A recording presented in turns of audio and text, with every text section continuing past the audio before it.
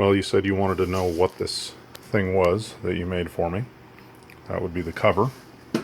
This is the portion in the house. So inside here what we have is a refrigerant line. I'll show you the outdoor portion in a moment. That goes to a heat exchanger that exchanges the heat between the refrigerant and the water. That water goes up into this cylinder above where there's a backup electric element. There's your flange. So that is the fitting connected to the base of the tank. There's another one of the same. There's our new Grundfuss pump. What I did on the bottom there was braze a 1-inch copper MIP to the 28mm pipe.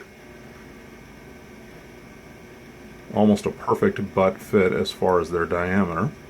So no fitting I had would work, but that ugly braze joint is just piled brazing rod over the gap with them butted to each other. What this thing's doing is heating hot water for radiant floor. There's the 2 zones of radiant floor heating. The domestic hot water heater. And also in the summer, that 3-way valve switches and pushes water down to a blower with a water coil in front of it and provides cooling. Okay, so here's the outdoor portion. Think of it as an air conditioner. It's on its side. The fans are pointing out horizontally. Very common with the Japanese equipment because it's narrow. They like to put their things on the wall in between buildings. So they always make their footprint very narrow but tall. We're at a little winery. Right down there is Silverado Trail, on the side of that building. So this thing is blowing the air towards us right now.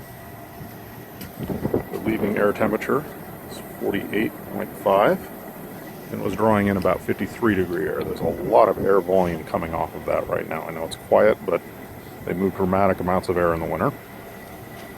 And there's the refrigerant line, sufficiently rat-chewed.